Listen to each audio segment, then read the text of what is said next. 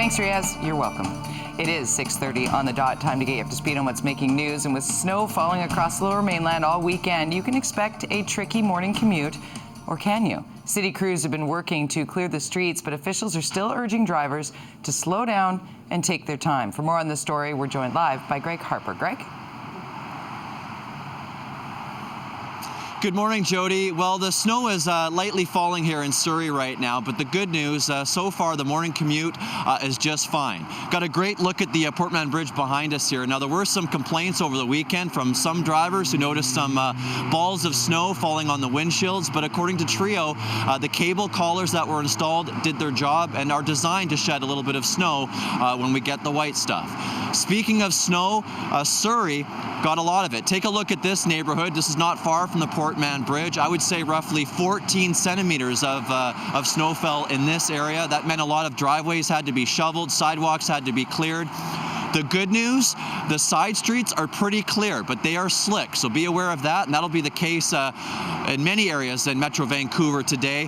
What can we expect today and moving forward? Here's what our Russ LeCate has to say about that. I think this will be the last snow event of the next several days, and even saying that, it's somewhat uncertain. Snow expected to become widespread through the middle of the morning and then start to change to rain in the afternoon. So again, Jody, the snow is beginning to fall here in Surrey this morning, but the morning commute, so far so good. The main routes, like Highway 1 behind me, are doing pretty good. Jody? All right, thanks very much. Greg Harper reporting live for us this morning on your commute. And some real winter weather means fresh new challenges on the commute. As Greg mentioned, despite the weekend blast of snow, the roads didn't seem too bad around Metro Vancouver, but drivers on the Portman Bridge did report balls of snow falling onto their vehicles. The company that oversees the bridge says it's not another case of the ice bombs that fell when the span first opened. Trio says the cables are designed to shed snow, so drivers can expect to see small amounts hit their windshields. No complaints about the weather for this crowd. Kids embraced the snow, channeling their inner bobsledders and skeleton racers. Most of the local snow is expected to be gone tomorrow, as you heard Russ say. Few school closures to tell you about this morning, however. In Abbotsford, St. James Elementary and St. John Brebeuf Secondary are closed. In Langley, students at St. Catherine's Catholic Elementary get to stay home. And in Surrey, students at Regent Christian Academy don't have to get to class until 9:30. A man is under arrest this morning, but plenty of questions still surround a suspected murder in Coquitlam. Emergency crews were called out yesterday afternoon to attend to someone in medical distress at a townhome on Panorama Drive. They found a woman in her 30s dead. A man in his 20s was arrested, and homicide investigators have now taken over the case. Police believe the pair knew each other, but were not in a, quote, domestic relationship.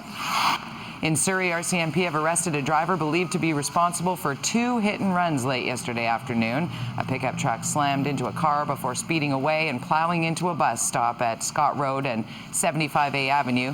And an elderly pedestrian at the bus stop was seriously hurt, reportedly with a head injury. The driver dumped the vehicle a few blocks away and took off on foot. He was eventually taken into custody.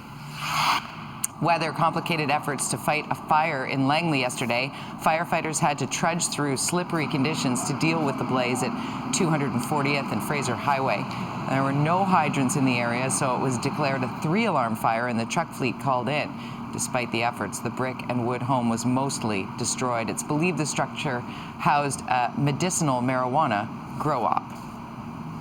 A warrant is out for the arrest of Ukraine's president and several other top officials considered suspects in the mass killings of civilians. Ukraine's acting interior minister says President Viktor Yanukovych was last seen in the pro-Russian peninsula of Crimea. Apparently, he arrived there yesterday, relinquished his official security detail, and drove to an unknown location. Calls are mounting in Ukraine to put the embattled president on trial after a presidency in which he amassed powers, rewarded his allies, and cracked down on protesters.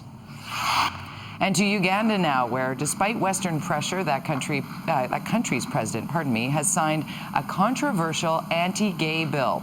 The law details harsh penalties for homosexual sex. Uganda's president says the bill is needed because what he calls arrogant and careless Western groups trying to recruit Ugandan children into homosexuality.